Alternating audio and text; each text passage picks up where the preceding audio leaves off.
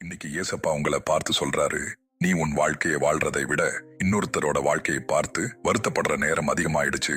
இதை பத்தி வேதாகமத்துல ஒரு அருமையான வசனம் இருக்கு, கேளுங்க. சங்கீதம் அதிகாரம் 23 வசனம் 1. கர்த்தர் என் மேய்ப்பராயிருக்கிறார், எனக்கு குறைவில்லை. இந்த வசனத்துல தேவன் ஒரு ஆழமான உண்மையை நமக்கு சொல்றாரு. நம்ம என்ன பண்றோம்னு கொஞ்சம் யோசிச்சு பாருங்க.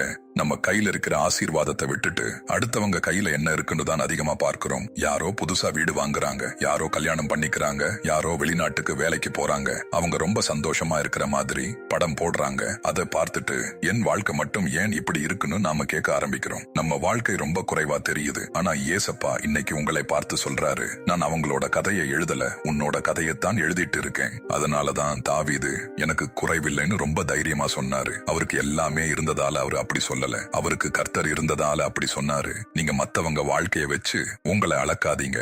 தேவன் உங்களுக்காக எழுதி இருக்கிற வாழ்க்கை யாருடைய நகலும் இல்ல. நீங்க மத்தவங்களோட ஒப்பிடுற வரைக்கும் உங்களுக்கு நிம்மதி கிடைக்காது. தேவனை முழுசா நம்புற நாளிலிருந்து உண்மையான நிறைவு ஆரம்பமாகும். நம்பிக்கையோட இருங்க. அன்புள்ள இயேசப்பா, மற்றவர்களின் வாழ்க்கையை பார்த்து என் மனதை சோர்வடைய விடாமல் காத்தருளும். நீர் எனக்காக வைத்திருக்கும் ஆசீர்வாதங்களுக்காக நன்றியுள்ள இருதயத்தை தாரும். உம்மை என் மேய்ப்பராக நம்பி நிறைவோடு வாழும் கிருபையை அருளும். இயேசுவின் நாமத்துல ஜெபிக்கிறோம் நல்ல பிதாவே, ஆமேன்.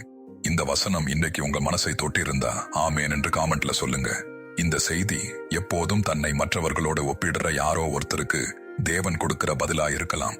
அவர்களுக்கும் ஷேர் பண்ணுங்க.